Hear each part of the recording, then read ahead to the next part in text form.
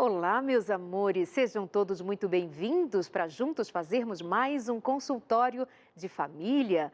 E eu quero agradecer você que sempre está ligadinho aqui com a gente. Obrigada. Você faz parte de algo que para a gente é muito significativo, confirmar que o que estamos fazendo chega ao coração de muitas famílias e provoca mudanças para melhor. E essa conexão entre nós tem sido certamente pelo propósito de Deus. Que Deus te abençoe. Hoje nós vamos falar sobre o impacto das telas para as crianças, mas também para os adultos, ou seja, o uso das telas nas mãos dos nossos filhos, os celulares, os tablets, não somente como nós discutíamos há um tempo atrás, a televisão, mas as telas no plural, o impacto delas, já que tudo se tornou tão mais fácil, tão mais próximo, tão mais à mão das crianças já bem pequenininhas. Estudos já dizem muito sobre esse contato do humano tão cedo com as telas e tudo que estas nos oferecem. Nós vamos entender hoje aspectos fundamentais para você ter em mente como lidar, já que não dá para que nós desprezemos a tecnologia que tanto nos faz bem. Mas quando ela nos faz mal?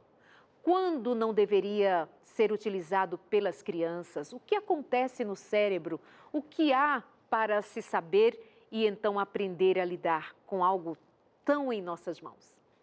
Meus convidados de hoje já estão aqui. Eu antes te convido a participar com a gente ao longo do programa. Tendo dúvidas, mande a sua pergunta usando as nossas redes sociais. Nós estamos no Instagram e também no Facebook. Fica fácil de você colocar ali a sua pergunta.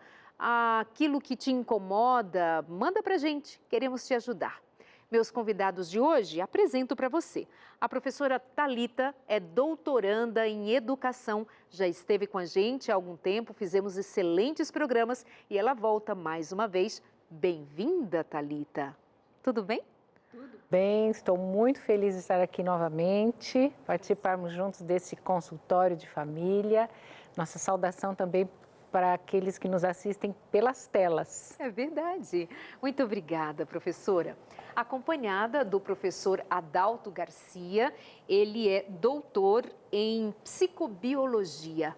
Bem-vindo, tudo bem? Prazer em recebê-lo pela primeira vez. O prazer é meu, Darleide, muito bom estar aqui, é um privilégio, agradeço o convite, apesar do nervosismo da estreia, mas assim. Nós estamos aqui. E um abraço àqueles que nos assistem pelas telas. Verdade, muito obrigada. Para quebrar o gelo, em dupla pergunta que vem a seguir. Doutor, qual é o impacto das células, melhor, das telas, do uso das telas no cérebro das crianças, principalmente? Darleide, para a gente falar sobre impacto da internet, das telas no cérebro, a gente tem que ter em mente o conceito de plasticidade cerebral. Até a primeira metade do século passado, os cientistas acreditavam que o cérebro humano era fixo. Ele se desenvolvia ao longo da infância e adolescência e depois ele se tornava um órgão fixo, sem mudança. A partir da metade do século passado, começaram a se fazer pesquisas e essas pesquisas foram mostrando a plasticidade, como o cérebro está em constante dinamismo, em constante moldagem. Uma pesquisa muito interessante foi feita com macacos. Eles davam comida, colocavam alimento no recipiente para os macacos, mas era um recipiente inacessível.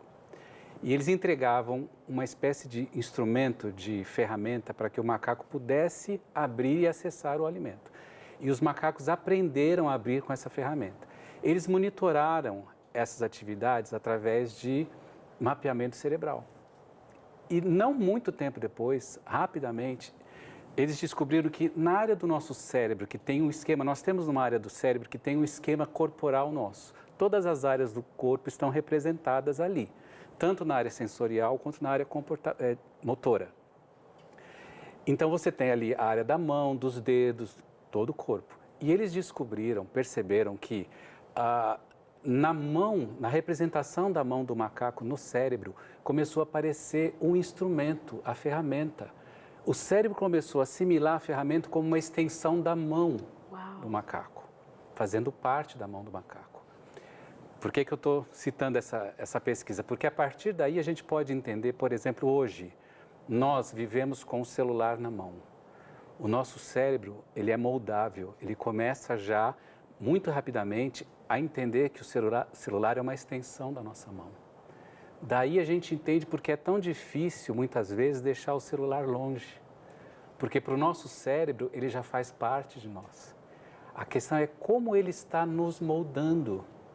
Um autor, na década de 60, 1964, um autor americano, McLuhan, ele escreveu um livro. Nesse livro, os meios de comunicação como extensões do homem. Ele tem uma frase emblemática que ele diz assim: o meio é a mensagem. O que ele queria dizer com isso? A maneira como nós recebemos a informação causa maior impacto sobre nós, sobre como nós pensamos e agimos sobre nossa vida, do que a própria mensagem, o próprio conteúdo. Então, a internet, as telas vão moldando o nosso cérebro à medida que a gente vai utilizando. E, infelizmente, as pesquisas estão mostrando que essa moldagem não é normalmente positiva, não nos traz ganhos. E se traz ganhos, porque traz alguns ganhos, eles não valem o custo, as perdas que nós estamos tendo. O meio impacta mais que a própria mensagem. Thalita do céu, é sério? Só porque eu disse que era uma pergunta dupla, ou seja, já vou na sequência com ele e venho aí com você, Thalita. Porque, assim, a pergunta que não quer calar, não é suficiente, então, a gente só administrar o que vê, o conteúdo que chega, o que meu filho está assistindo, o que eu mesma acesso, não é só isso? Na verdade, isso não é o mais importante. Nesse livro, o McLuhan diz que a mensagem, ela é, na verdade, o pedaço de carne que é dado para o cão de guarda do nosso cérebro para distraí-lo. Porque a longo prazo, o que de fato está moldando o cérebro, e essa moldagem faz a gente ser o que é, tanto no que pensa como em como age, a longo prazo é o meio quem faz essa transformação. Então, eu lembro, desde que eu era muito pequeno, que eu me entendo por gente, Darleide, eu lembro que havia essa preocupação na televisão na época. A televisão você pode utilizar sem problema, desde que você controle o que você vai assistir. Agora os meios mais atuais, na internet, não tem problema seu filho ficar na internet, desde que você controle o que ele vai assistir. Mas isso não é verdade. Hoje já se sabe que a maneira como você recebe a informação, o meio pelo qual ela vem, está transformando o seu cérebro e fazendo você pensar dentro de um padrão. É como se nós nos transformássemos a imagem da máquina. A gente começa a pensar e a se comportar mais ou menos da maneira como um computador pensa e age. Eu quero entender mais, eu quero entender melhor. Como seria o padrão do computador, então é assimilado pela mente humana, que já quase faz isso no automático, porque ela não consegue filtrar. Como que esse meio aqui molda aqui o meu pensamento, minha visão de mundo? Bom, tudo que a gente faz, tudo que entra pelos nossos canais sensoriais, é feito através de ramificações de caminhos neurais. São sistemas neurais que são criados, redes são criadas, e elas estão, como eu disse, em constante moldagem. O cérebro está o tempo todo se modificando, de acordo com aquilo que a gente assiste, ouve, pensa, ele está se modificando. Então, o que acontece?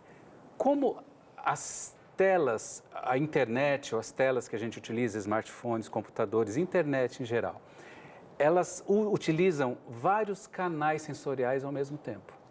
Antigamente, quando você lia um livro, por exemplo, você só usava um canal sensorial, a leitura. Você queria a visão. Você queria assistir ou ouvir um DVD, música, só audição. Agora, no computador, você está interagindo ao mesmo tempo que você está vendo você está ouvindo e você está teclando ou mexendo no mouse. Então, você tem aí 3 canais sensoriais.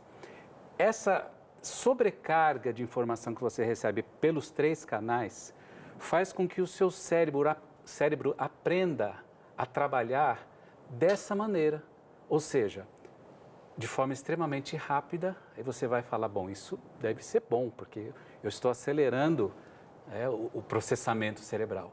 Só que para que ele possa acelerar o processamento, ele vai ter que deixar outras atividades importantes para poder cuidar dessa sobrecarga de informação. Então, isso vem rapidamente em fragmentos, porque você não se aprofunda num texto, num assunto. Ao mesmo tempo que você está lendo sobre alguma coisa, vem um hiperlink, uma propaganda, um hiperlink para te levar para outro site, e som, essa superestimulação acaba transformando o seu cérebro, ou treinando o seu cérebro para funcionar assim. Você fica uma pessoa distraída, desatenta, que não consegue focar. Existem muitos escritores, jornalistas que já reclamam, admitem que não conseguem mais pegar um texto e ler com profundidade, porque o cérebro está funcionando só dessa forma, no ritmo do computador. Muito rápido, fragmentado, com muita distração. Superficial. É como se você, ao invés de mergulhar num mar, num oceano de palavras, como você fazia quando lia um livro, você surfa por cima do oceano rapidamente, mas superficialmente, como se fosse num jet ski. Eu acho que seria interessante, talvez, você explanar um pouquinho também sobre a questão da memória, né? Da memória de curto prazo e a memória de longo prazo, que são as questões principais que afetam depois na própria aprendizagem, né? Eu acho que seria interessante, talvez, você mencionar esse aspecto também. Enquanto ele falava, Thalita, e você também aprofunda nessa direção, que provavelmente seja, então, por isso que, recentemente, pelo menos li, que é a primeira vez que se identifica um QI menor dos filhos em relação ao QI, o quociente de inteligência dos seus pais. É isso mesmo? Exatamente. Meu Deus. É uma publicação de um cientista ele é médico, né? Ele é médico neurocirurgião pediátrico francês, que fez um estudo grande, publicou recentemente um livro que foi traduzido para o português. A Fábrica dos Cretinos Digitais. Uau! Que constatou a geração que tem o QI, pela primeira vez, essa geração tem o QI mais baixo que dos seus pais.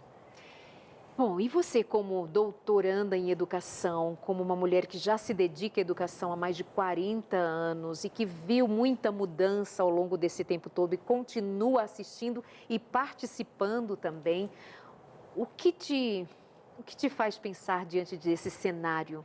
É interessante que eu passei a ler sobre esse assunto, estudar sobre esse assunto, porque nos últimos 10 anos, principalmente nos últimos 10 anos, eu fui surpreendida trabalhando com educação, com escolas de educação básica, desde 2010 que eu retornei para a educação básica. Eu me surpreendi com a quantidade de alunos chegando nas escolas com transtornos de aprendizagem, de comportamento. Então, o aumento excessivo de déficit de atenção, hiperatividade, de crianças com dificuldades de aprendizagem. E eu me assustei, porque isso é um cenário que 8 anos que eu passei fora da educação básica, no ensino superior, de repente eu retorno e esse índice aumentou de maneira assim, surpreendente. E eu comecei a procurar razões e causas. E me deparei com um estudo, exatamente esse estudo francês, apontando que a forma de diagnóstico na França é diferente da forma de diagnóstico nos Estados Unidos, desses casos, e que o Brasil copia o modelo norte-americano, mas que havia razões. Só que, na ocasião, eu lembro que eu fiz um curso sobre tecnologia de informação a serviço da educação.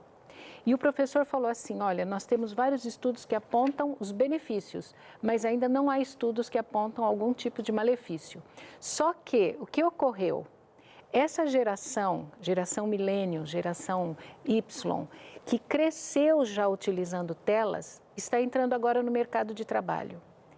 E o mercado de trabalho começa a perceber a dificuldade que eles têm de se relacionar, de lidar com trabalho em equipe, porque quem trabalha só com Quem convive muito com máquina e com tela, o relacionamento com outras pessoas fica mais difícil, né, o interpessoal. Então, quando o mercado de trabalho começa a sinalizar isso, começou na Europa, sinalizar, olha, esse jovem que está chegando no mercado de trabalho está com dificuldades, vamos ver as causas. E agora nós temos nas escolas crianças que já nasceram manuseando telas. Então já estão, e os estudos já começam a mostrar, olha, eles estão com dificuldade de aprendizagem, estão com perda cognitiva, estão mais agressivos. Então, os estudos começam mais ou menos desde 2007, 2008, que há estudos longitudinais sendo publicados dessa geração que começou a crescer utilizando telas normalmente. Thalita, só para o pessoal ali de casa, os pais, entenderem do que você está falando quando se refere a perdas cognitivas. Isso é muito importante também para que você tenha ciência de que nós estamos falando de algo muito sério. Nós não estamos falando de alguma coisa que vai acontecer, está acontecendo. E é alguma coisa que é séria mesmo do ponto de vista de desenvolvimento dos seus filhos, por quem você trabalha tanto, porque você corre tanto, faz tanto esforço para vê-los crescendo, se desenvolvendo, sendo bons cidadãos, realizando, mas eles estão se tornando improdutivos. Por conta disso que nós pais trabalhamos tanto para dar-lhes nas mãos. Nossos filhos só serão vistos como filhos que têm o que lhe é confortável ter se cada um deles tiver o seu computador, o seu celular e tem mais, né? A própria demanda da vida, a própria escola vai levar a que os nossos filhos comecem a estudar, não mais fazendo uso do livro em papel, mas das telas, ou seja, é um mundo que a gente precisa, diante disso tudo, entender como é que eu posso ao menos minimizar tudo isso. Thalita. Tá. Nos primeiros anos de vida, o desenvolvimento do cérebro é muito rápido, não é? Nos primeiros anos é significativo esse desenvolvimento, o Adalto até poderia falar melhor sobre essas questões das conexões neurais, do funcionamento cerebral. Porém, já há estudos hoje que mostram que as crianças que crescem, desde bebê, né? Desde o primeiro ano de vida até os 7, 8 anos, manuseando telas, principalmente celulares, né, smartphones e tablets, há uma diminuição do córtex cerebral, afina o córtex cerebral, coisa que ocorre normalmente na velhice. Então, na velhice, nós temos uma perda de espessura do córtex cerebral, que é a parte externa do cérebro, que cuida principalmente da inteligência, da memória, das emoções, que abriga essas coisas. Há um afinamento. Então, a criança apresenta, e há outras causas também, dificuldade de aprendizagem, de entender o que está sendo comunicado a ela, de compreensão. Então, isso é uma perda cognitiva. Há outros fatores também, como, por exemplo, ficar sentada muito tempo. A criança fica quietinha, com 1 ano já vai mexendo, com 2 anos, 3 anos, mexendo na tela e os pais se encantam. Nossa, meu filho já consegue, olha, meu filho já consegue até pular os anúncios aqui no filminho do YouTube que ele quer assistir. Ele já sabe fazer tudo e a gente se encanta. Só que o fato dele estar na idade que deveria estar, correndo, pulando, subindo, descendo, ele está sentado e ele gosta de estar ali. Tira o tablet da mão de uma criança para você ver. O fato dele estar sentado e não estar se movimentando também diminui a atividade cerebral, que vai comprometer até a alfabetização. Já há estudos mostrando isso. Até a criança fica com dificuldade de aprender a ler, tanto a literacia quanto a numeracia é prejudicada pelo fato dela não ter desenvolvido a motricidade grossa, que a gente fala, que é dos músculos, dos movimentos, essa noção de corporalidade que ela tem que ter ao se movimentar. Então, vai comprometer depois a psicomotricidade fina e a própria aprendizagem da leitura, da escrita, da matemática. Então, são estudos recentes que apontam realmente perda cognitiva no uso excessivo das telas. Eles dois são doutores, então eles não dirão jamais o que eu vou dizer agora, lembrando o que diziam especialmente os nossos pais. Resumindo, é como se essa geração estivesse emburrecendo. Eles são doutores, usam outra linguagem, mas eu posso traduzir aqui para você, nós, tete a tete, estão emburrecendo. Fecha parêntese, volto aqui para o Adalto. Aleide, eu quero só complementar a fala da Thalita com um dado de pesquisa. Algumas pesquisas foram feitas, inclusive com bebês e crianças. O que eles fizeram? Os pesquisadores selecionaram um conteúdo de ensino de vocabulário para bebês, para estimular vocabulário em bebês e em crianças. Esse conteúdo foi ministrado por a mesma pessoa, o mesmo professor, pela tela e pessoalmente, ao vivo. E eles monitorando a ação cerebral dos bebês e das crianças. Eles descobriram que o cérebro tem a capacidade de identificar quando a origem da mensagem vem de uma pessoa presencial ou vem de uma tela. E quando é na tela, não há absorção com a mesma eficiência de conteúdo quando o professor está pessoalmente. Então, a gente está vendo agora essa questão da pandemia, em que os alunos ficaram em casa. Muitos pais estão resistindo hoje para que os alunos não voltem para a escola. O seu filho não consegue aprender, o cérebro dele sabe quando ele está recebendo a mensagem pela tela e ele não consegue assimilar com a mesma eficiência do que quando o professor está presente. Então, nós vamos perceber esse déficit só daqui a algum tempo. Um desastre, né? Um desastre isso. Por isso se fala já nesse atraso, mas vamos ver exatamente como será mais adiante. Eu lembro que a Thalita, inicialmente, quando estávamos formulando outras questões, mencionou a respeito de ser importante que você também nos fizesse saber sobre a memória recente, sobre o uso das telas e a memória. Isso tem tudo a ver com a questão do aprendizado, né? Você tem duas formas básicas de memória: memória de curto prazo e memória de longo prazo. Dentro da memória de curto prazo, o que mais se fala é a chamada memória de trabalho. Memória de trabalho é aquela em que você está focado nesse momento. Aquilo que você está pensando agora está na sua memória de trabalho. Então, se você me pede o número de telefone, do meu telefone, eu te passo, você não tem como anotar, você vai gravar. Isso é sua memória de trabalho. Aquela memória que a gente tem no computador chama memória RAM, né? Que é aquilo que você utiliza naquele momento. Essa memória, chamada memória de trabalho, ela é limitada com relação à manipulação de informações. Algumas pesquisas dizem que ela só pode manipular no mesmo trabalho, no mesmo processo, até 7 elementos de informação. Outras pesquisas falam em 2 ou 4. Então, ela é limitada. A memória de longo prazo é a sede da nossa maneira de entender o mundo, onde está o nosso aprendizado. Não só informações que nós aprendemos e levamos ao longo da história, mas esquemas complexos de entendimento, é como a gente raciocina, como a gente entende o mundo. Nossas crenças. Nossas crenças. Então, aquilo que de fato a gente compreende da nossa cosmovisão, consegue utilizar para receber novas informações e relacionar com elas, raciocinar em cima delas. Tudo isso é feito a partir de esquemas que estão na memória de longo prazo. A questão é, para eu transformar uma memória de trabalho em memória de longo prazo, é preciso um mecanismo cerebral muito específico. O hipocampo, que é uma área do cérebro que faz essa orquestração.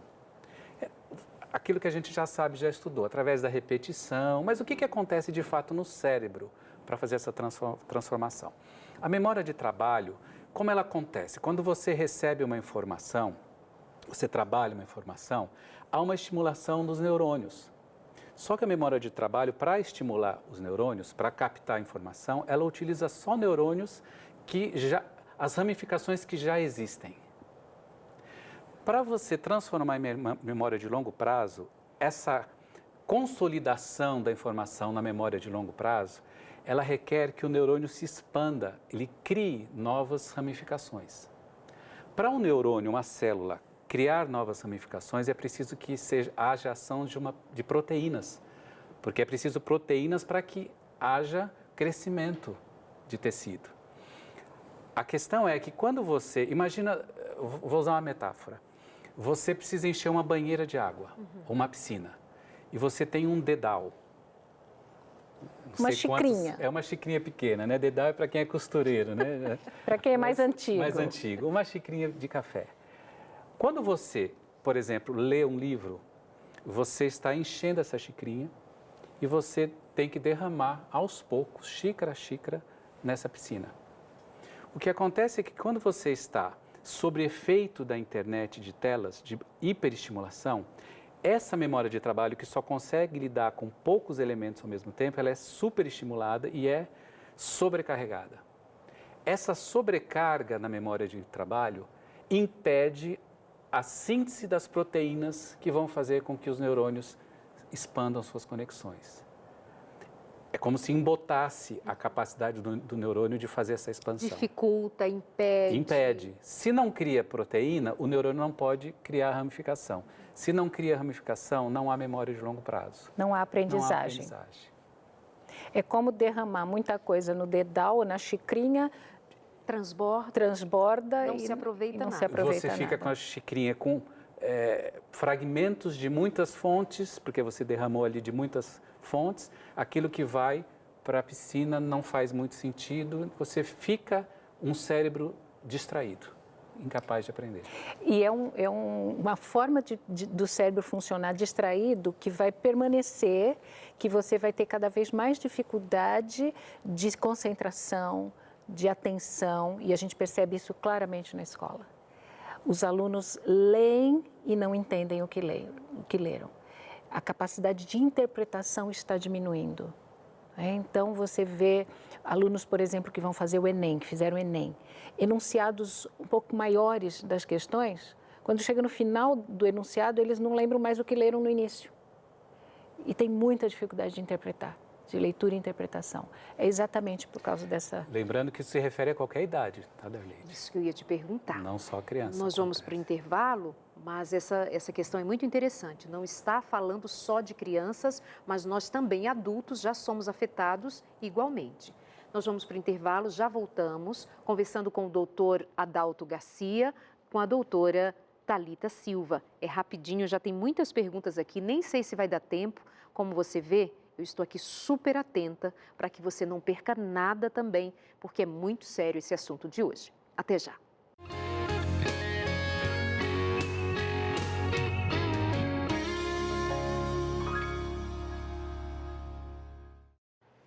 Amados, voltamos aqui no nosso consultório, lembrando já para você não perder tempo, nem um segundo sequer, de buscar conhecimento para você pôr em prática junto à sua família. Aqui nós oferecemos para você não somente esse momento de aprendizado com profissionais que vêm aqui, gabaritados como são, para compartilhar conhecimento com você, e também queremos fazer chegar às suas mãos conteúdo assim, ó. De maneira prática, que você possa folhear, estudar, aprender com tanta informação. Por onde começar? O que fazer? Como dialogar? Como reunir a família para tomar novas decisões? Aqui, com essa revista, um curso Entre Família, é um curso com lições, com proposições para que você considere a seriedade de lidar com a sua família em todos os aspectos. Aspectos financeiros, relacionais, saúde, comportamento, sexualidade, enfim.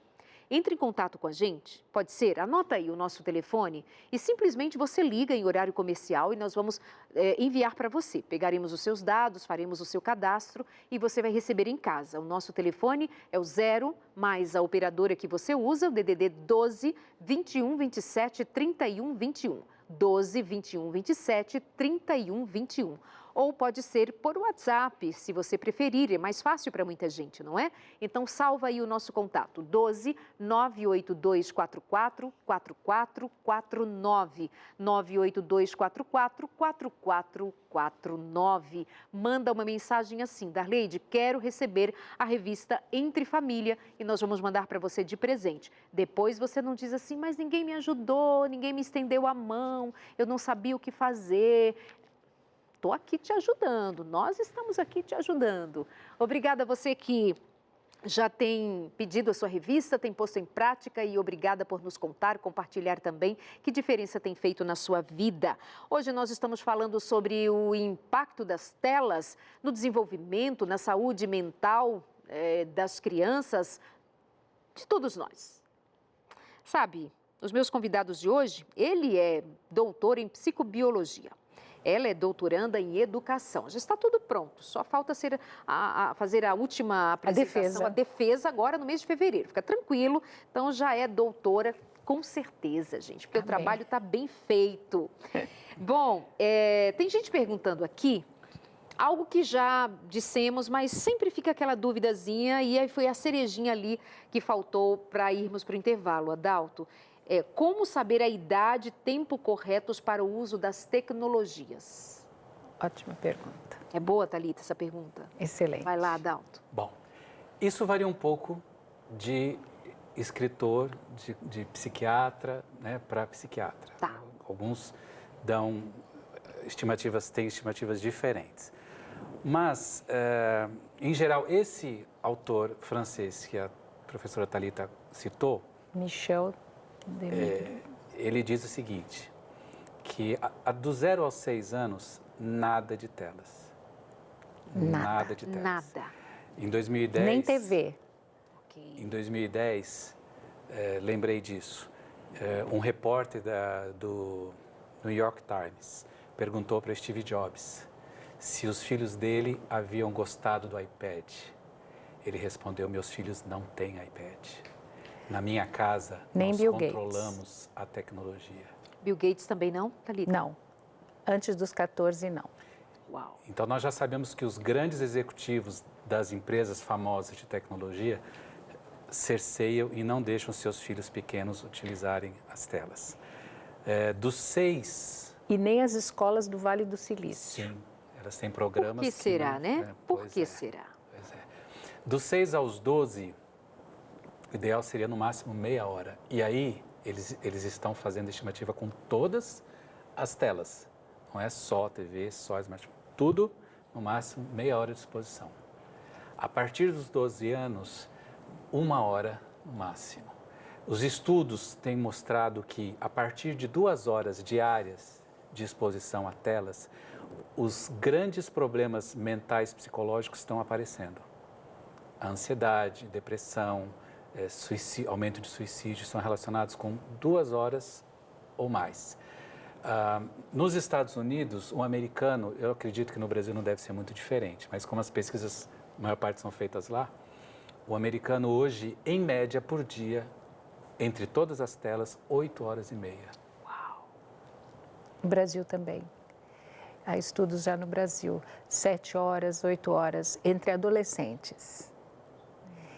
E realmente as pesquisas se concentram mais nesses países, mas já há um instituto canadense que, em parceria com a Sociedade de Pediatria Canadense e Americana, estabeleceram uma tabelinha e celulares.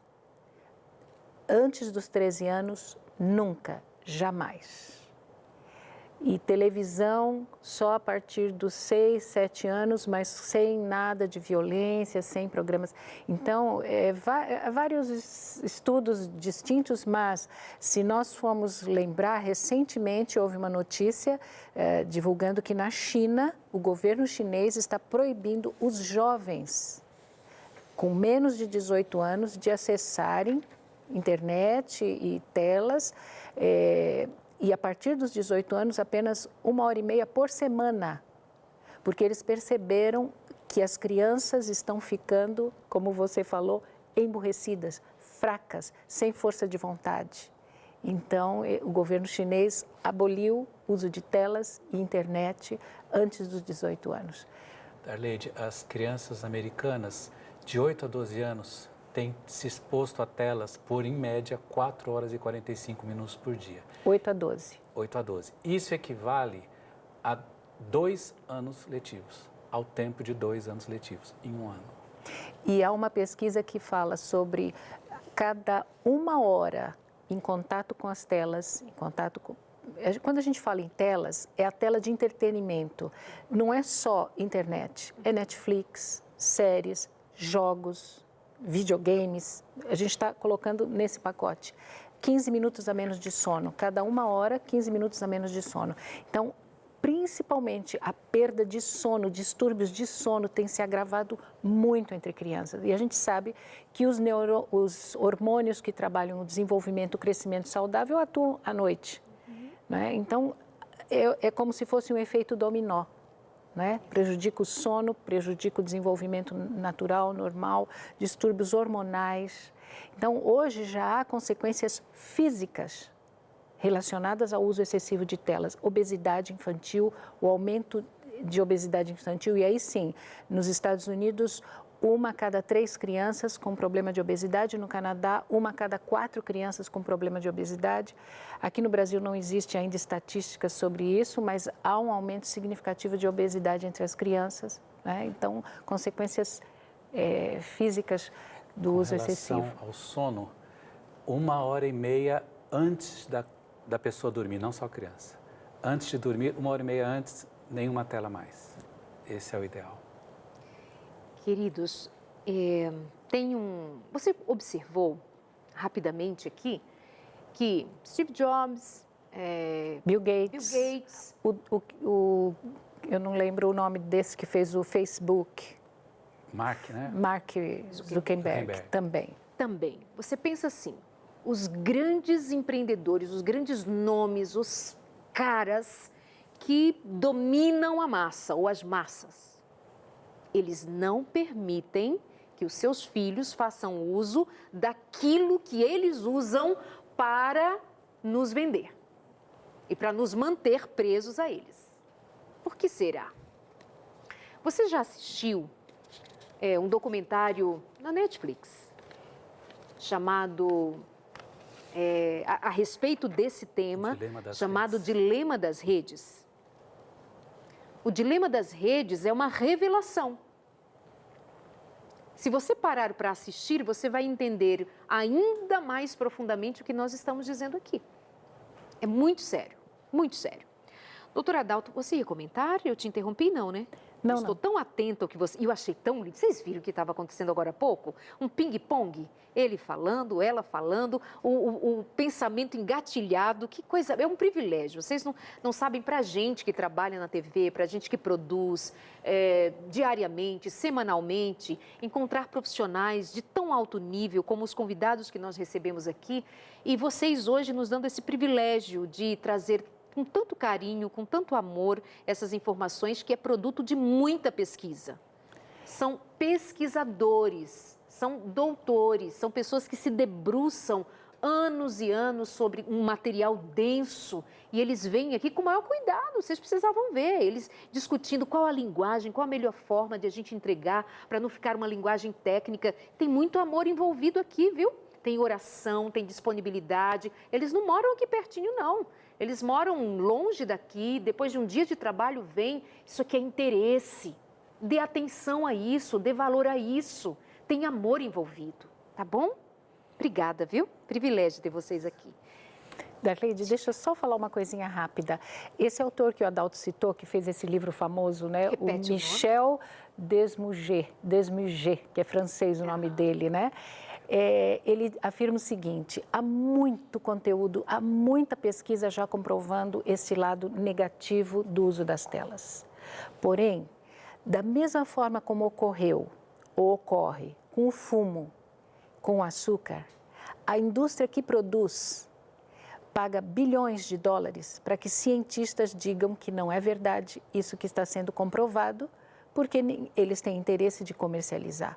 Então, eles dizem assim, não é bem assim, há muito ganho nas telas. E, de fato, pela tela, uma criança pode ler um livro. Pela tela, uma criança pode receber uma aula de reforço, um tutorial para tirar dúvidas. Porém, o fato é que a criança não escolhe fazer isso pelas telas, ela escolhe o entretenimento. E o que faz mal é o entretenimento. Entendi. É o uso da tela para entretenimento. É isso que faz mal. Então, ele adverte, há muita coisa escrita sobre isso, porém não se divulga, não se fala, por isso a importância desse programa, porque não é comercializável, né? Então, também há o contraponto dizendo, não, olha só, na pandemia as escolas não sobreviveriam se não fosse pelo uso das telas. É fato. Porém, há perdas, e isso tem que ficar claro. Sobre isso, gostaria de complementar. O que acontece é que algumas coisas, quando você pega jovens, adolescentes que utilizam muito videogames, internet, algumas áreas do cérebro de fato são estimuladas e têm ganhos. Então, por exemplo, a questão de você conseguir escanear o texto com rapidez, selecionar informações. Isso, os jovens dessa geração da internet são muito melhores do que nós. A questão também da relação visomotora, acuidade visomotora. Como você utiliza o joystick, o mouse, tecla. Então, isso também é desenvolvido.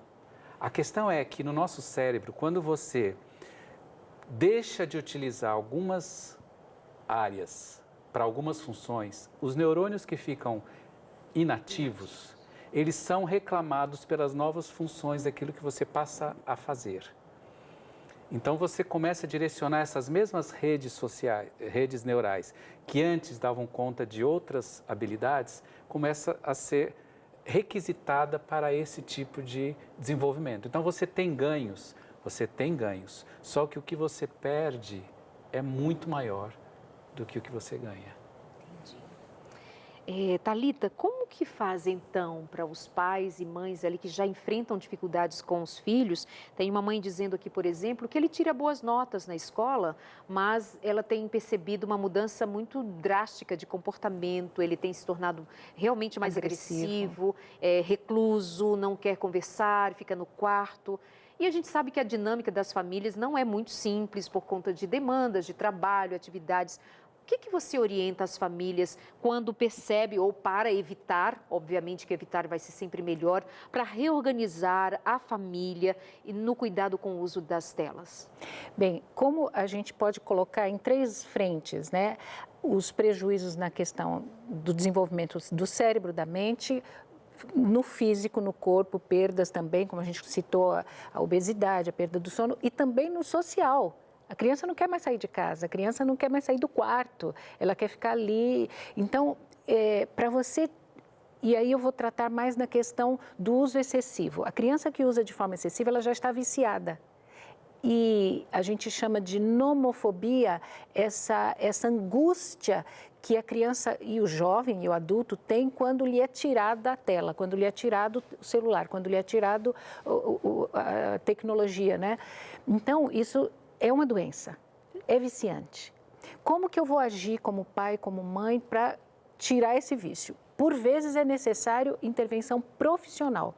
E, Darleide, o mesmo medicamento que se usa para vícios em drogas ilícitas, se usa para vício em internet. E já há profissionais especializados em tratar vícios dessa natureza em crianças, em jovens, em adultos que não conseguem mais se desligar, porque muitos ficam tão reclusos, deixam de ter até cuidados pessoais, banho, alimentação, não é? Em função daquilo. Bom, para as famílias, o que eu diria? Em primeiro lugar, os estudos também mostram que criança nenhuma troca ficar com o celular quando tem afago e carinho dos pais. Então, o afago, o carinho, a atenção, o tempo junto, eles preferem do que o celular. Assim diz a doutora Chris Howan, que é terapeuta, pediatra que trabalha com crianças viciadas em internet. Então, primeira coisa, o que está acontecendo na minha família que permite com que meu filho, qual a causa? Nós temos que encontrar a causa, que faz com que meu filho prefira o celular do que estar comigo. Então, os estudos mostram que se há um bom relacionamento com os pais, eles não vão preferir o celular. Se há tempo de qualidade, com afago, com carinho, com atenção, olho no olho. Não é, de repente, eu tentar tirar meu filho do celular e levar para passear comigo se eu nunca fiz isso antes ou se isso não é hábito familiar. Então, substituir de forma correta, ir tirando aos poucos, né? Ele já está usando 8 horas, tá bom, filho, 1 hora você vai ficar comigo, nós vamos fazer isso, nós vamos jogar em família, nós vamos ter aqui um jogo de tabuleiro, nós vamos ter aqui uma atividade lúdica, ou nós vamos ter leitura de livros infantis juntos. Então, para eu tirar, eu tenho que substituir. Agora, 2 coisas que eu recomendaria às famílias que são fundamentais, inclusive para a restauração do cérebro. Nós dissemos que há um afinamento do córtex cerebral, mas você consegue voltar e restaurar se essa criança estudar um instrumento musical. Então, o estudo da música faz com que haja restauração daquilo que foi perdido. primeira dica, se tem condições, coloque seu filho para estudar um instrumento musical. Segunda dica, atividade física, esporte. Atividade que gaste energia, que coloque toda essa necessidade, né, que a criança tem de desenvolvimento físico e, ao mesmo tempo, de disciplina que o esporte garante, né, para a gente, de controle de tempo, enfim. Então, seriam 3 dicas, né? Primeiro, a substituição com algo que dê prazer e que seja feito coletivamente em família. Restauração deste vínculo, desse relacionamento familiar perdido pelo uso excessivo das telas, porque o uso excessivo de telas tira o convívio com pessoas, tira o prazer de estar em família, o prazer de conviver e de interagir, né?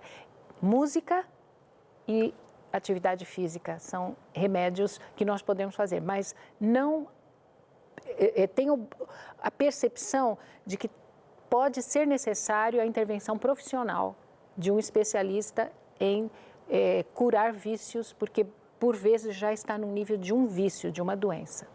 Mas tem o que é do profissional resolver, ajudar, auxiliar, e tem o que é da família decidir o que precisa ser melhor organizado ali para que haja o desenvolvimento dessa relação afetiva que muitas vezes está se perdendo e ficando só no lugar de, não, tem comida, casa, tem conforto, vai para a escola, faz isso, faz aquilo outro. A gente está falando de afeto, carinho, presença, amor, colo, beijo. Sabe essas coisas de antigamente? Antigamente a gente beijava, né? Antigamente a gente abraçava. Doutora, agora, caminhando já para o fim do programa, e eu fico assim, gente, me dá mais 1 hora para conversar com eles, mas o que dizer também sobre esse impacto no que diz respeito a essa atuação toda no cérebro e a sua relação com a espiritualidade? Existe algo nesse sentido a ser entendido? Sim. Antes eu queria só complementar a fala da professora Thalita. O que a gente tem que ter em mente é o seguinte, não é só a criança. Todo ser humano, a família precisa ter mais experiências reais e menos experiências virtuais. Esse é o grande X da questão. Tá? Uma escritora norte-americana, Jean Twenge, ela escreveu esse livro aqui. Vou mostrar para que você possa conhecer. A Thalita falou sobre pesquisas longitudinais. O que ela fez? Ela teve acesso a dados, questionários, de mais de 11 milhões de pessoas.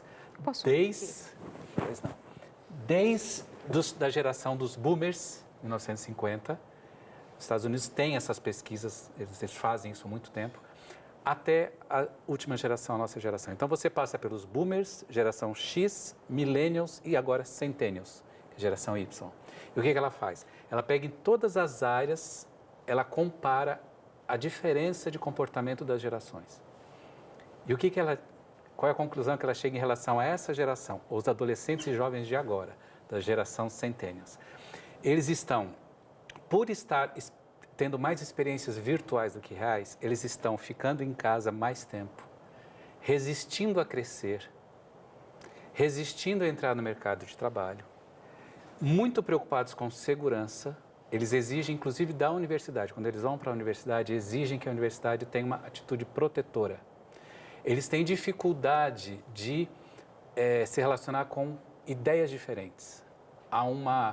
Atualmente, há um cancelamento de palestras nas universidades americanas que, assim, o número aumentou demais, porque os alunos universitários, quando não concordam com o palestrante, pedem para que seja cancelado e a universidade cancela o palestrante. Então, essa geração está ficando mais tempo em casa, resistindo a entrar na fase adulta. E quanto mais tempo nos celulares, entretenimento nos celulares, especialmente os smartphones, a partir de 2010, o boom dos smartphones, eles se sentem cada vez mais sozinhos, quanto mais tempo ficam nos celulares. Você está em rede social, mas quanto mais tempo em rede social no celular, maior a sensação de solidão. Com isso, aumenta a ansiedade, aumenta a depressão, automutilação, suicídio. A falsa identidade que projeta nas mídias, nas redes, né? Mas a pergunta dela, Mano... Com relação à espiritualidade, eu vou terminar com isso. Isso eu quero dizer olhando para o telespectador. Fique à vontade. Para que você possa entrar em relacionamento com Deus, para que você possa ter comunhão com Deus, o que é que você precisa? Você precisa de um cérebro contemplativo. Você precisa de um cérebro que consiga abrir a palavra de Deus e, às vezes, num versículo único, penetrar na profundidade do que Deus está tentando lhe dizer. É assim que a gente se comunica com Deus. Quando o seu cérebro, a partir da tecnologia, é treinado a ser distraído, é treinado a correr por informações sem se aprofundar em nada, esse cérebro se torna um cérebro ansioso e distraído. Eu pergunto, será que é possível um cérebro como esse entrar na profundidade do texto bíblico para poder se relacionar e receber a mensagem que o Criador, que o nosso Deus quer nos comunicar? É possível esse tipo de comunhão? Cada vez mais as pesquisas estão mostrando que não é possível, porque os nossos cérebros estão sendo treinados para a não contemplação, para não nos determos, não nos aprofundarmos. Não é um cérebro que pensa de forma calma, mas é um cérebro que está sedento por informações rápidas, fragmentadas. Então, o que a tecnologia está fazendo? E eu tenho certeza, Darleide, que isso faz parte de um plano, né? Eu tenho certeza que há um plano para que a gente tenha esse tipo de mente, de cérebro que a gente tem hoje, para que a gente perca a habilidade, a capacidade de acessar o Criador em comunhão, porque o nosso cérebro simplesmente não tem mais conexões formadas para esse tipo de pensamento profundo, contemplativo, para esse tipo de comunhão. Então, esse é o impacto na espiritualidade. Ela acaba, a gente não tem mais interesse na Bíblia, a gente não consegue mais meditar. Então, você escuta a lição, você lê rápido uma meditação, sai de casa correndo, está tudo certo. Não há tempo para o cérebro poder se debruçar sobre as verdades e receber a palavra de Deus como uma comunicação, de fato, transcendental de Deus com o nosso cérebro. E ainda que você tenha tempo, você não tem a capacidade contemplativa. Perdeu a habilidade. Você não compreende, você lê e tem dificuldade de assimilar, a cabeça começa a pensar muitas coisas ao mesmo tempo. Quantas vezes eu mesma não me deparo ali, eu tenho tempo, eu tenho a disposição, mas aquilo parece que está já ligado no 220 lá, o que a gente... Então, é realmente um fato que os adultos também estão reconhecendo, não é? Que há o Nicholas Carr, que escreveu aquele livro... A influência da internet no nosso cérebro, né? Que a internet está fazendo com o nosso cérebro. Ele fala sobre isso. Ele reconhece a dificuldade que ele, quanto adulto, tem. Então, um cérebro em formação como o da criança, imagina como não é muito mais sério e acentuado. Se nós adultos, que já temos um cérebro formado com uma série de habilidades já desenvolvidas ao longo da existência, temos essa dificuldade, imagine então um cérebro em formação, uma criança quanto não. Eu diria de outra forma, Deus não consegue mais se comunicar com o cérebro que nós estamos moldando hoje em dia. Que tem sido modificado em sua estrutura, né? Em sua formação, ou seja, o que o Criador fez, a estrutura do Criador já não é, já fazemos questão, melhor, esse sistema no qual nós estamos inseridos vai destruindo aos poucos aquilo que fora até então a imagem e semelhança de Deus, ou seja, as digitais do Senhor têm sido apagadas. Meu Deus. Obrigada, viu? Muito obrigada. Prazer recebê-los aqui, sermos instruídos, alertados mais uma vez, de maneira tão séria, tão embasada, e especialmente porque são pessoas que servem com o intuito de fazer as pessoas se conectarem especialmente ao Criador. Tem gente aí de casa mandando mensagens aqui para a gente agora, perguntando se eu e a Thalita somos irmãs, porque nos acham muito parecidas. Não é novidade, porque até na rua ela já foi confundida, especialmente quando o meu cabelo está mais parecido com o dela. Mas eles dois é que são irmãos. Doutor Adalto e doutora Thalita é que são irmãos de sangue. Bom, meus queridos, obrigada. Não tenho mais tempo, mas foi um prazer imenso recebê-los aqui hoje. Obrigada. Deus os abençoe. Foi um prazer. Também agradeço. Obrigada, meus queridos. Deus os abençoe ricamente. Agora conversem como família, planejem, busquem ao Espírito Santo para que ele lhes oriente sobre o que devam fazer. O que será agora? E a partir de agora, como cuidar, como lidar com os seus filhos e toda essa tecnologia que também nos é favorável? Busquem o Espírito Santo, clamem pelo conhecimento dado pelo Espírito do Senhor e que Deus os abençoe. Até a semana que vem.